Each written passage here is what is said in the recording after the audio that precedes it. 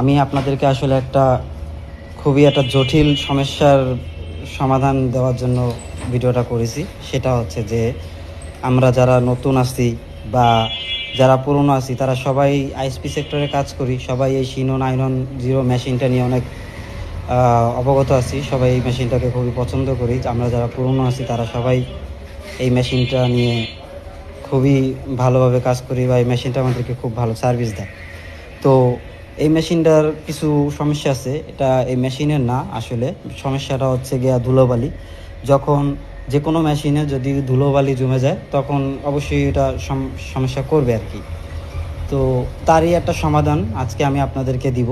তার ভিতরে এখন আমি আপনাকে ডিসপ্লেতে যে সমস্যাটা দেখাচ্ছি সেটা হচ্ছে বাম সাইডে যে কোডটা আছে এই কোডটা দেখেন নিচের দিকে আছে, উপরের দিকে আছে, মানে ক্যামেরাতে নাই। ডাইন সাইডে যে কোডটা আছে সেটা দেখেন, সেটা কিন্তু আপনার প্লেস মতো বসানো আছে।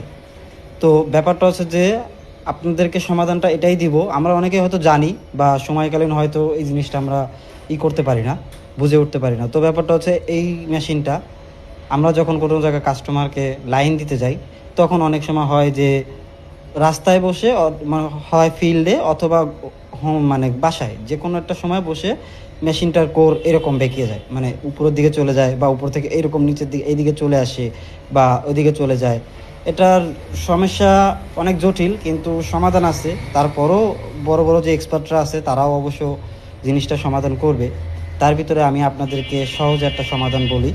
সেইটা হচ্ছে, আগেই বলে দিই, আমার মেশিনে কোনো সমস্যা নেই, আমি শুধু এটা বসাইছি আপনাদের জন্য, আপনাদের বোঝানোর ক্ষেত্রে, ঠিক আছে?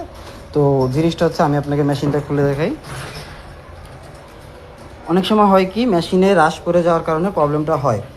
তো ওই কোডটা বেঁকে থাকার কারণ হচ্ছে এই যে প্লেসটা দেখতেছেন যে ব্লু ডাইটটা, এই যে ব্লু ডাইটটা, এই ব্লু ডাইটটায় দেখেন আমি কিন্তু কোর বেঁকা করে বসাইছি, যার কারণে আপনার এটা দেখা যাচ্ছে যে ওটা ক্যামেরাতে বেঁকা, লেন্সে বেঁকা দেখায়।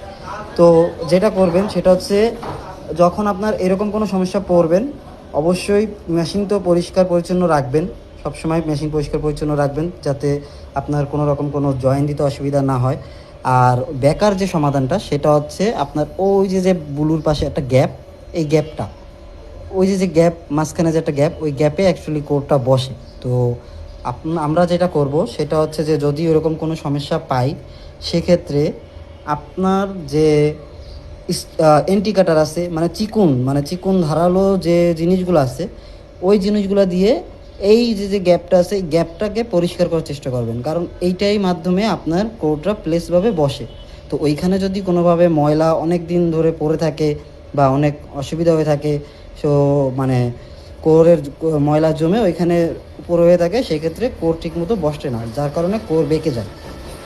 আপনি এইটাকে পরিষ্কার করলে আশা করি আপনার জিনিসটা সমাধান হয়ে যাবে। যেমনটা আমি আপনাকে এখন দেখাচ্ছি, আমি এটাকে যদি এখন আপনার প্লেস, আপনারা প্রথমেই দেখছেন যে এটা কীভাবে বসানো ছিল, আমি আপনাকে এখানে এটা প্লেস মতো বসানোর চেষ্টা করে দেখাচ্ছি।